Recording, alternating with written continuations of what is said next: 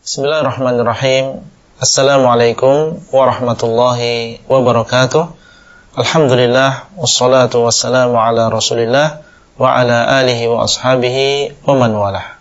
Anggota grup WhatsApp Dirasah Islamiyah yang semoga dimuliakan oleh Allah, kita lanjutkan pembahasan kitab Aqidah Ahlussunnah wal Jamaah yang ditulis oleh Fadilatul Syekh Muhammad bin Shalih Al-Utsaimin rahimahullah. Masih kita pada pasal beriman kepada Allah.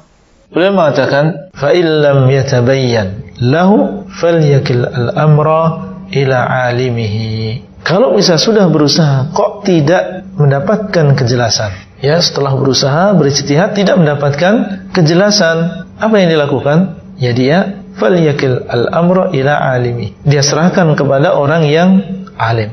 Dia serahkan kepada orang yang alim. Karena setiap orang alim pasti di sana ada yang lebih alim. Wal yakuffa an tawahhumihi, dan hendaklah dia menahan diri dari perkiraan dia tadi. Nah, dia harus menahan dirinya, ya, artinya tidak boleh dia mengikuti perkiraan dia tadi, was-was dia tadi, tapi dia harus yakin bahwasanya pasti di sana ada jawabannya. Siapa yang tahu? Mereka adalah orang yang alim, orang yang benar-benar kuat ilmunya. Nah, ini semakin menjadikan seseorang merendahkan diri karena Allah. Oh, ternyata ilmu yang saya miliki ini masih sedikit. Buktinya saya memahami yang seperti ini saja saya masih kurang. Sehingga justru ketika dia tidak paham, dia semakin tawadhu kepada Allah SWT. Ya, semakin tahu bahwasanya dirinya ini masih perlu banyak belajar. Dia serahkan kepada orang yang alim. Dan dia tahan tawahum tadi, perkiraan tadi, persangkaan tadi. Wal yaqul kama yaqulur rasikhuna fil ilmi, hendaklah dia mengucapkan seperti yang diucapkan oleh orang-orang yang dalam ilmunya.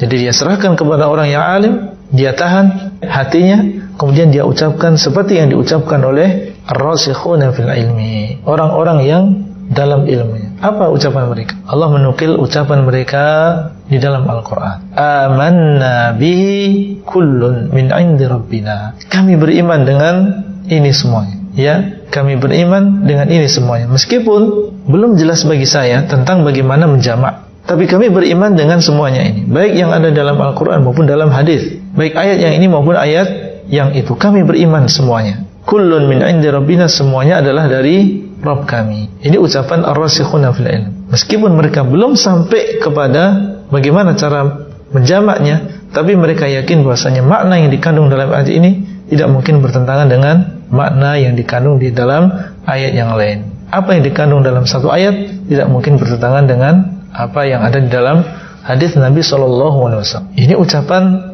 ar-rasikhuna fil ilm, ucapan yang indah dan ucapan yang menunjukkan tentang dalamnya ilmu mereka. Wal ya'lam annal kitaba was sunnata la tanaqudha fihima wala bainahuma wala ikhtilaf. Dan hendaklah dia mengetahui bahwasanya Al-Quran dan sunnah tidak ada pertentangan di dalamnya. Jadi masing-masing di dalam Al-Quran dan sunnah tidak mungkin ada pertentangan. Wala bainahuma, dan tidak ada pertentangan di antara, itu antara Al-Quran dengan sunnah tidak mungkin ada pertentangan. Wala ikhtilaf, dan tidak mungkin di sana ada ikhtilaf. Ini adalah keyakinan ya Ahlus Sunnah wal Jamaah. Ini adalah sekali lagi jalan yang ditempuh oleh ar-rasikhuna fil ilm.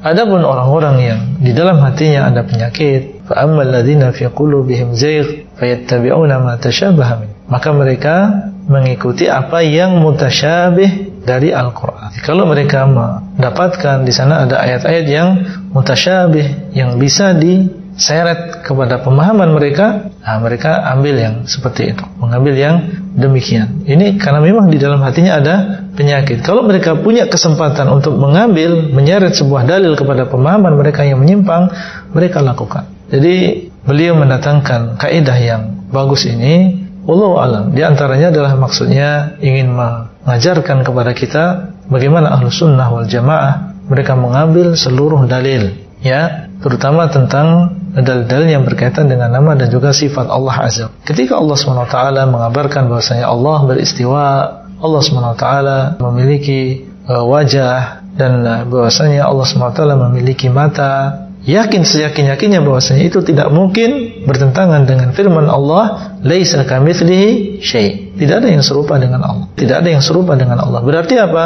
Ketika Allah mengabarkan bahwasanya Allah beristiwa, maksudnya adalah istiwa yang tidak serupa dengan istiwa makhluk. Kita gabungkan di antara dua dalil ini. Istiwa tetap kita tetapkan, dan demikian pula kita yakini bahwasanya Allah tidak ada yang sama dengan Allah Azza. Ini namanya menjamak. Tidak mungkin ada tanaqud. Para ulama menyebutkan bahwasanya ayat-ayat yang berkaitan dengan sifat Allah Azza wa Jalla ini adalah ayat-ayat yang muhkamat. Dia bukan ayat-ayat yang mutasyabihat. Ya, ayat-ayat tersebut adalah ayat-ayat yang bisa dipahami ya dengan mudah. Apabila seseorang memiliki hati yang bersih, kehendak yang baik, maka insyaallah biidznillah Allah SWT akan memberikan petunjuk kepadanya untuk bisa memahami dengan pemahaman yang betul. Dengan demikian, alhamdulillah kita bisa menyelesaikan rukun iman yang pertama di dalam kitab ini, yaitu beriman kepada Allah Azza wa Jalla. Insyaallah pada pertemuan selanjutnya akan kita masuki pasal yang baru yang berkaitan dengan rukun iman yang kedua, yaitu beriman kepada malaikat-malaikat Allah. Demikian, semoga apa yang